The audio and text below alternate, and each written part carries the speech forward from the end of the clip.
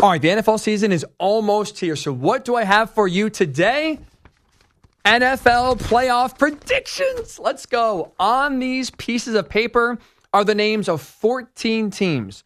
The 14 teams that are guaranteed to make the NFL playoffs here in 2024. If you don't hear your team's name, sorry, been a rough year for you. My apologies.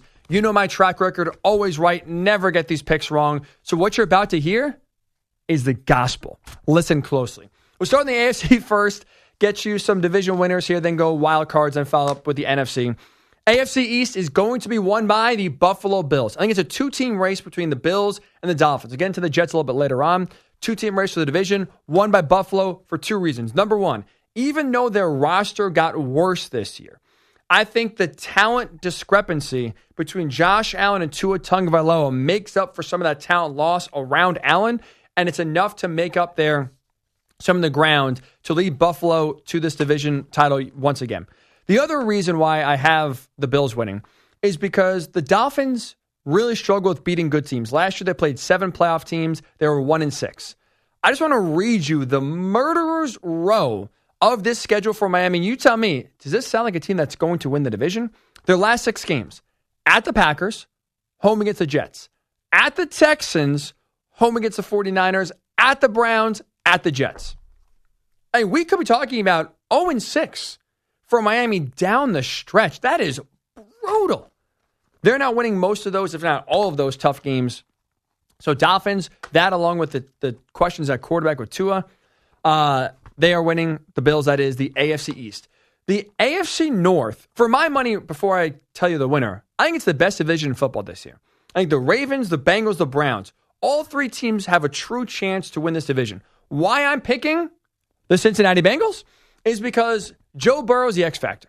When he's healthy, Cincinnati wins. Period. Stop. He brings a confidence. He brings a swagger to that team where it's not only you have the second best quarterback in the NFL on your roster, but he makes everybody around him, offensively and defensively, better. To use a hot word now, the aura. The aura around the Bengals is so much different when Joe is out there. And that confidence, that swagger he will bring this year, I think will lead the Bengals to having a big-time year. They win a very tight, for my money, the toughest division in the NFL. They are winners of the AFC North. The AFC South is going to be won by the Texans. Now, it's a popular pick, right? But I want to quickly pour some cold water on that selection here. I think C.J. Stroud is going to have a little bit of a sophomore slump. Not saying he's going to stink. Not saying he's going to, be a fraud.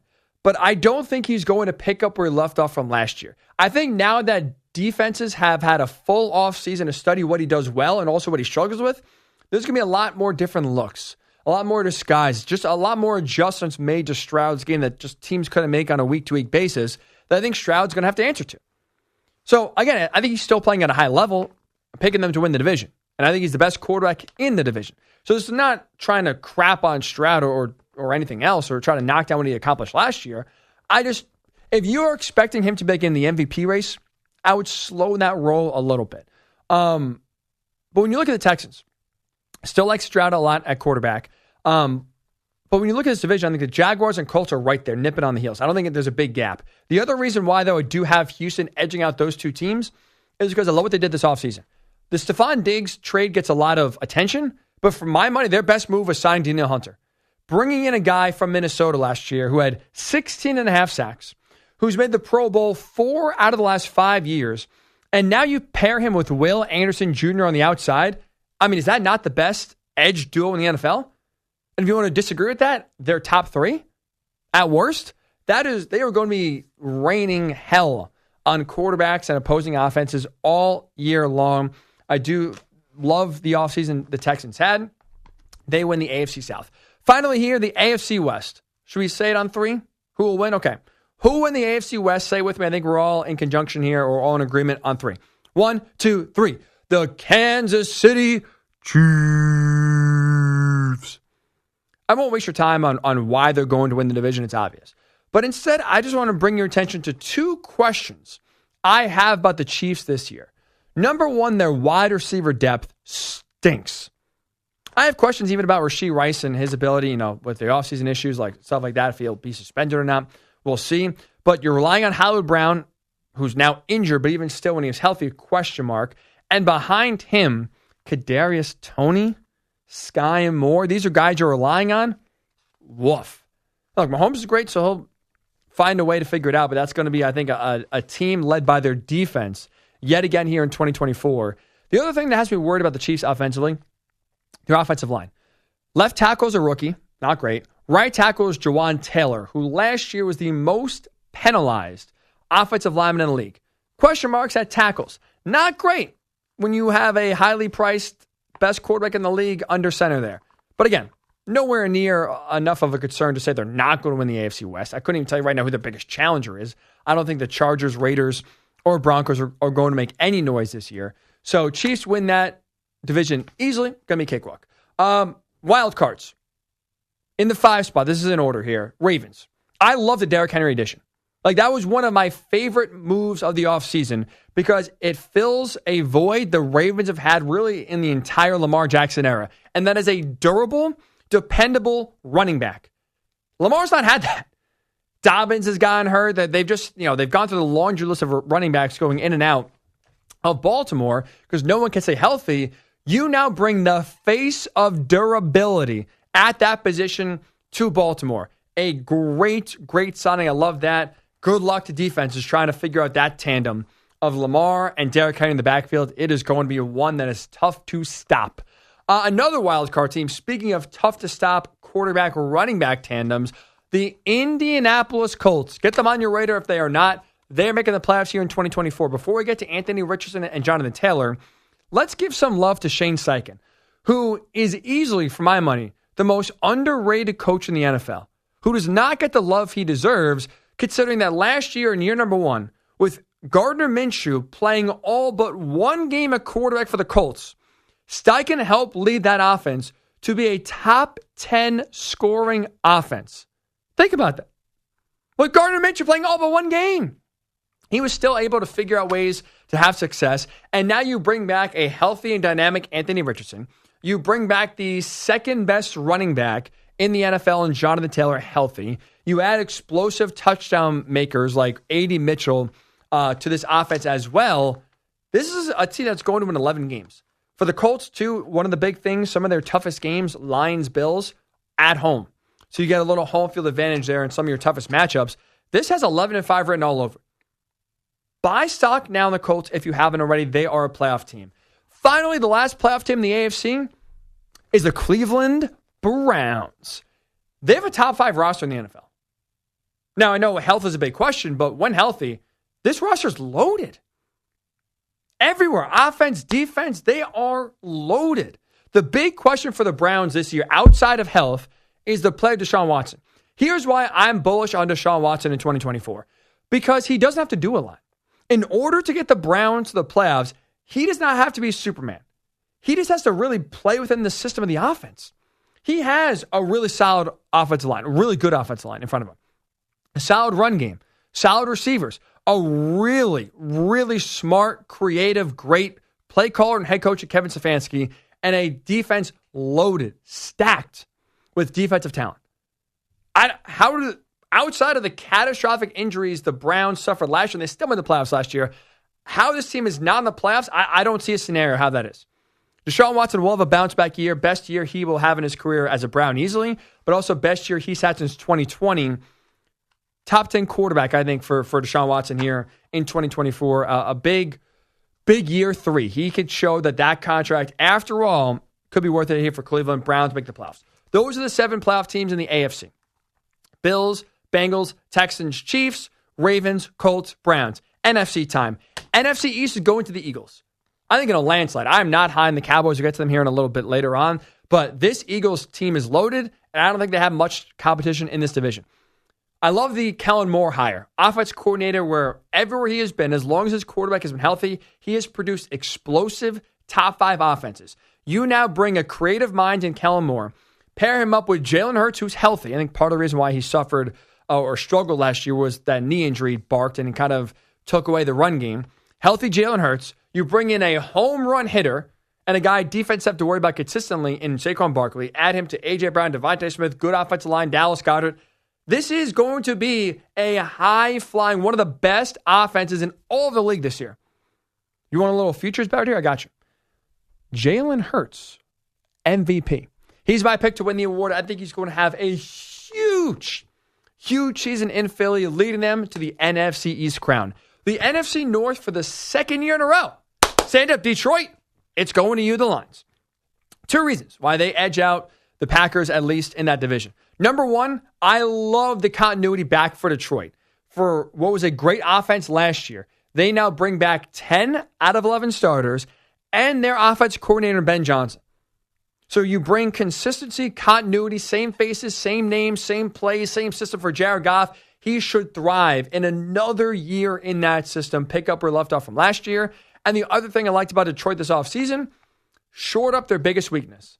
Their pass secondary last year stunk. So what do? Draft Terrion Arnold out of Alabama, like that draft pick. And they signed Carlton Davis from the Buccaneers. Really like that signing as well. Veteran experience, championship experience as well. Being on that Bucs team a few years ago that won the Super Bowl.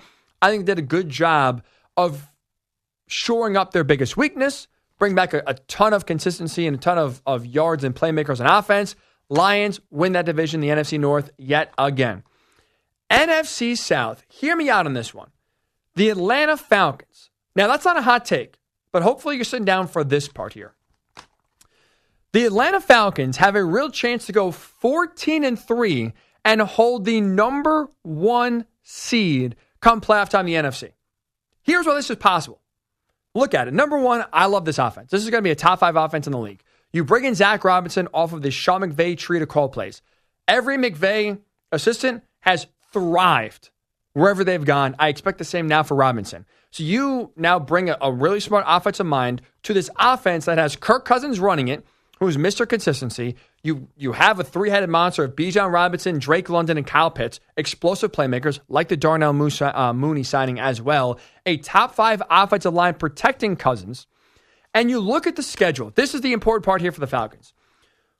What do we know about Kirk Cousins? We know that this is a guy that struggles against the best opponents on his schedule, but thrives, feasts on teams that are similar to him, to his team, or worse. And so when you look at the Falcons' schedule, they have a tough start. They play the Chiefs, don't think they'll win that game. They play the Eagles, don't think they'll win that game. But after week 3, outside of the Buccaneers, which I think they can split those games, they don't face another team on their schedule that is better than them. They don't. They play a lot of crap. And you know what Kirk does? He beats the crap. Yeah, that's fair saying. He beats the crap. He beats the bad teams. And the Falcons have a lot of bad teams on their schedule. So 14-3, as long as Kirk can take care of business, which he's done that his entire career up to this point, no reason to think he won't in 2024, this team is going to win 14 games. They are going to be in the running for the number 1 seed in the NFC Cup playoff time. Now, I don't think they'll do much with that number 1 seed because that's really where we see Kirk struggle the most. But getting there come playoff time, the NFC should be going through Atlanta. 14-3, number 1 seed in the NFC. You think I'm crazy? Look it up. It's not crazy. Comment on YouTube if that's a shocking comment to you. Do a little research, then come back to you. I want to hear your thoughts about that. 14-3 for the Falcons. Finally here, NFC West, go to the 49ers. Best roster in football. My pick to win the Super Bowl. And the only other competition they have is the Rams. Rams have beaten them 1 time since 2019. The 49ers own the Rams. Niners win that division yet again. Okay, 3 wild cards. Number 1, the Packers. Jordan Love, I think, will pick up where he left off from last year. I love the addition of Josh Jacobs. I think he'll fit well in that offense. I know Matt LaFleur said he wants to vomit at the talk of not having a number 1 receiver. I actually would agree with him. I love this Packers wide receiver core. They may not be a dominant number 1. They're like 5 guys that are really damn good. And I'd rather have 5 really damn good guys than 1 elite guy and 4 kind of scrubs behind him. So I like this receiver core for the Packers a lot. I like the Xavier McKinney signing as well. Shore up that secondary for Green Bay. They'll be in the playoffs. Joined by the Los Angeles Rams. They won't win the division, but they'll be in the playoffs yet again because like the Bengals, the Rams win games when Matthew Stafford is healthy. And as long as he's out there, they'll be a playoff team. I love the fact that the Rams, to make sure he's healthy, did a great job of shoring up the interior of their offensive line, got 2 veteran guards to kind of plug in there as well. So they are making sure that the pocket is going to be clean for Stafford, which is huge. I think that will lead to another big year for the Rams, them making the playoffs. And finally here, the last team making the playoffs will be the Chicago Bears. The Bears are doing it in year number 1 under Caleb Williams, or with Caleb Williams. Here is why. Number 1, Caleb Williams is a transcendent talent. He is the best quarterback coming out of college as Andrew Luck. No doubt about it. There's nothing he can't do on a football field. And the other thing you have to ask yourself or look at when it comes to rookie quarterbacks and why most of them struggle in year number 1 is because the talent around them stinks. Right? Like, you're being drafted to be the savior because most of the roster is not very good. That's not the case here with Caleb Williams. In fact, he doesn't have to be Superman. He doesn't have to really do a ton to get this Bears team to the playoffs. He has a tremendous 3-headed monster at receiver, DJ Moore, Keenan Allen, Rome Odunze. Playmaker at running back in DeAndre Swift. A really solid, reliable red zone target in Cole Kmet at tight end. Solid offensive line, and a top 10 and ascending defense that will get even better in 2024. Caleb Williams does not have to do much in order for the Bears to make the playoffs. And so if he could just stick to his game, let his talent shine. You already got a small sneak peek of that in the Bills preseason game. That's not an anomaly. You'll be seeing a lot of that this year. This team's making the playoffs. It's not even really a doubt, honestly, in my mind. They are going to be one of the 7 playoff teams in the NFC. Lock it up. So those are the 14 playoff teams. You just heard. If you do not hear your team's name, sorry. Not going to be a good year for your squad. A few really fast here names I want to get to that I did not mention. You may be scratching your head and saying, Ryan, how the hell can you not include them as a playoff team? Let me give some explanations really fast here. Dallas Cowboys. Their, to me, roster got worse this offseason. The offense is not very good. Outside of Dak, the O-line got worse.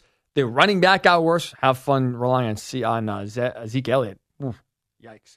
And the wide receiver depth behind CeeDee Lamb is not very reliable whatsoever. Defensively, I think they will take a step back now with Dan Quinn leaving.